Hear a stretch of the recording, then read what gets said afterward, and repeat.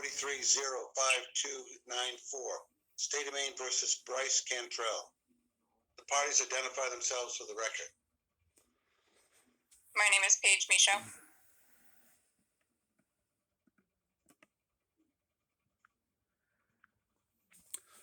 I am executor of my estate, Bryce Cantrell. I do not understand, I do not accept, and I do not consent. Would you both raise your right hands? Do you swear to tell the truth, the whole truth, and nothing but the truth? I do. I do. Let the record reflect both parties have acknowledged the oath. Your objections are noted for the record. Mr. Cantrell, are we ready for trial? Yes.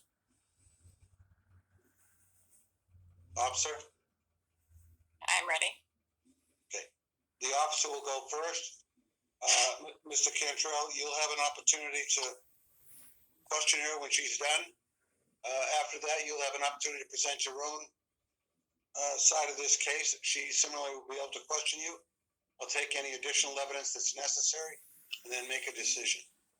Are there any questions before we begin? None. I don't have questions. Officer, you can identify yourself first and you may proceed. My name is Paige Michaud. I'm an officer with the Brunswick Police Department.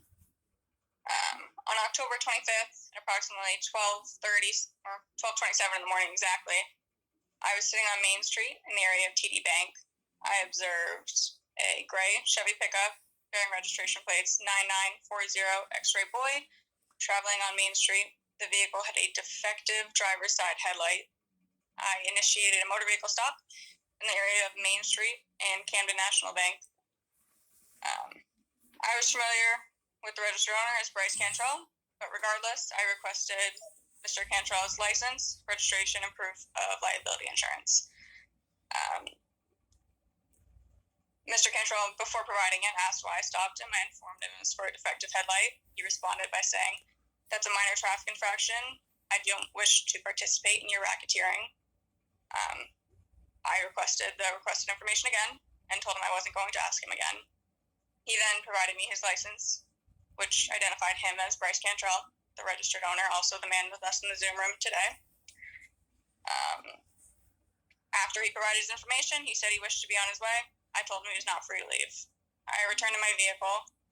I decided to issue Mr. Cantrell a citation for the headlight. I've issued him warnings in the past, and he has publicly mocked them, stating I was threatening him with warnings. So I issued Mr. Cantrell a citation for operating a motor vehicle with a defective headlight. I do have a picture of the headlight with me here. Before Mr. Cantrell was issued the citation, he had his window rolled up, and there was about a 2-inch gap at the top.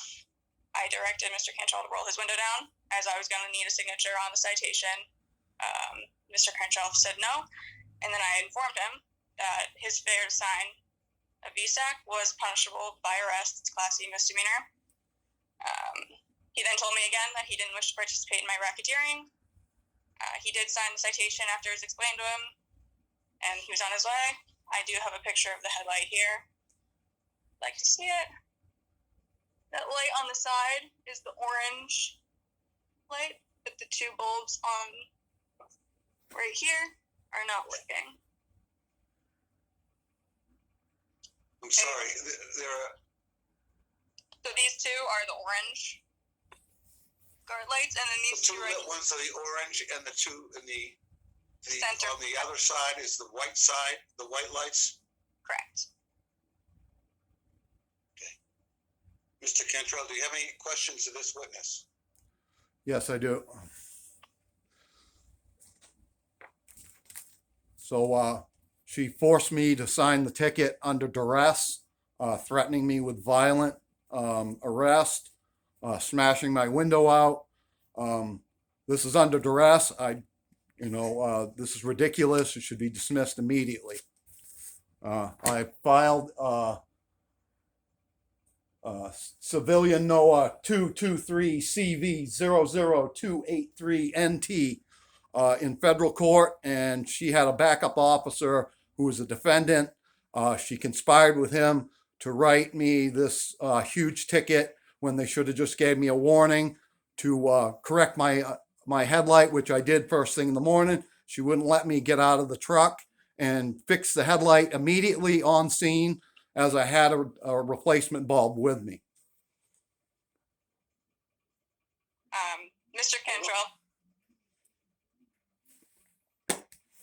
Okay. Mr. Cantrell, were there any questions that you had of the Officer Mishu? Do you have any de-escalation training?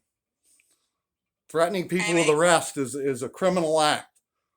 Title 18, Section 42, 12203. Prohibition against retaliation.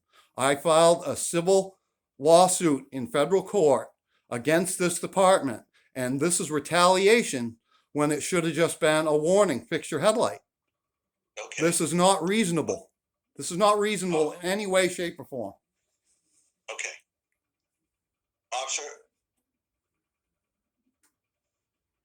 do you wish to respond to this complaint? His charge that this is retaliation? sure. I would argue it's not retaliation. Another defendant today who didn't show up, he was also issued a light for inadequate lights on his vehicle. I've issued them before. I'm not involved in his lawsuit, so I have no reason to retaliate against him. He asked if I need crisis or de-escalation training. I'm a hostage negotiator trained through the FBI. As far as me threatening to smash his window, that never happened, and he does have a recording of it behind him. I told him he would be arrested. I didn't say it was going to be violent. I just explained to him that it would be an arrest. So the fabrication of that, not necessarily appreciated. But I do have de-escalation training. I believe I was very calm during that traffic stop, despite his behavior. And when you went 35 miles an hour down the road afterwards with our police car, you weren't mad? Hold on. You asked a question. Yep. She answered it. Correct. Do you have any additional questions? Nope. Okay. Mr. Cantrell, do you want to tell your side of this story? Yes, I'd like to. Okay, I'm listening. All right. I'm known to carry a scanner. She could have simply keyed the mic and said, hey, dummy, you got a headlight out, and I would have gone and fixed it. There was no need for the traffic stop in any way, shape, or form.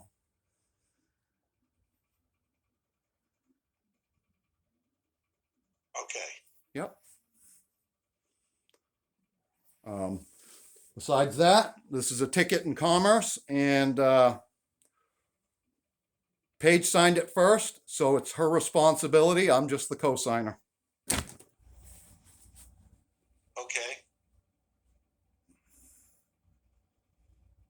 All right. You said that you had a bulb in your car? Yep. Okay. It was immediately fixed, sir. What? I said I immediately fixed the headlight. She wouldn't let me get out and try and fix it. Okay. Were there two bulbs? Is it a two-light Yes, system or a one-light system? 2 lights. Your Honor, he never requested to get out and fix the light bulb. It's all right. Okay. And are you saying you asked her if you could get out and repair the light? I said I wanted to take care of the ticket right then and there. Yes. And she said no. So. You want to hear it? I have it right behind me.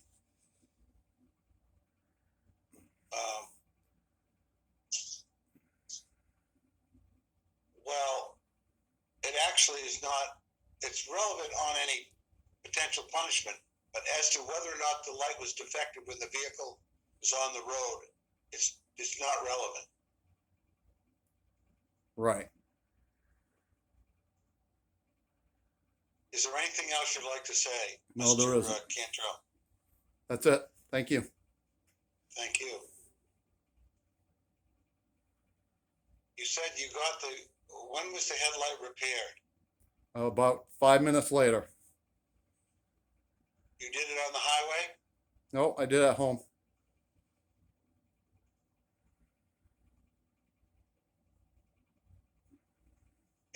replacement bulb plug accessible directly from inside the hood of the car, It is. so you don't have to remove Nope. the entire fixture? Nope.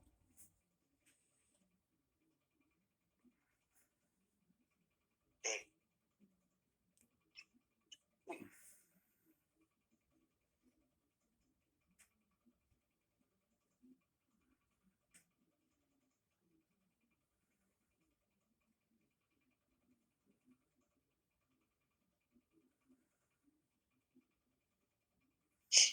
Court has no authority to decide whether or not someone should issue a citation or charge a crime. That's in the purview of the officer. And I'm not, under these circumstances, I have no authority to simply dismiss a charge. So I find that the headlight was not on. Do you wish to be heard on anything on the fine, Mr. Cantrell? Yes, I think it's unreasonable. Okay. And what would you think is reasonable? $25. Officer? I'm requesting the initial and listed fine be imposed.